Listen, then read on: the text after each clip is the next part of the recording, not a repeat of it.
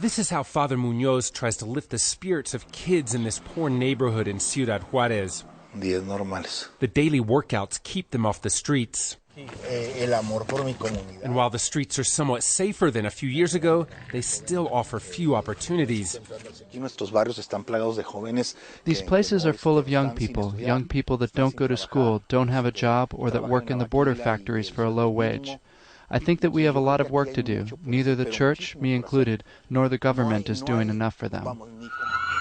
There's still much to be done, but for the police, the first step was taking back control of the city. By at least one measure they have. In 2010, more than 3,000 people were killed in Juarez. Last year, just over 300 were killed, the lowest number in a decade. In fact, it's now safer than some American cities. The police chief of Juarez says the key to this happening was the removal of corrupt police and improved tactics. The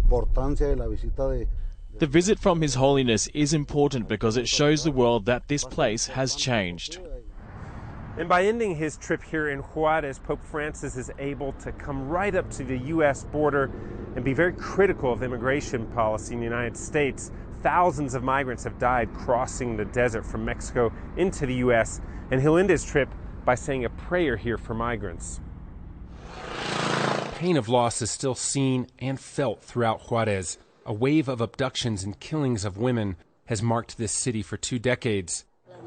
Norma Laguna's daughter was one such victim, kidnapped, then forced into the sex trade.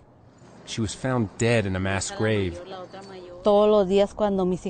Every day when my daughter and son go to school, I'm just waiting to pick them up and hoping to find them there, because Juarez is still not a safe place, even less if you're a woman or a girl.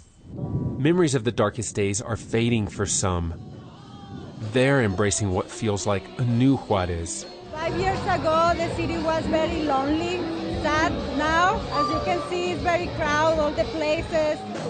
The sounds of a city where there's hope, a violent past, will remain just that. Adam Rainey, Al Jazeera, Ciudad Juarez.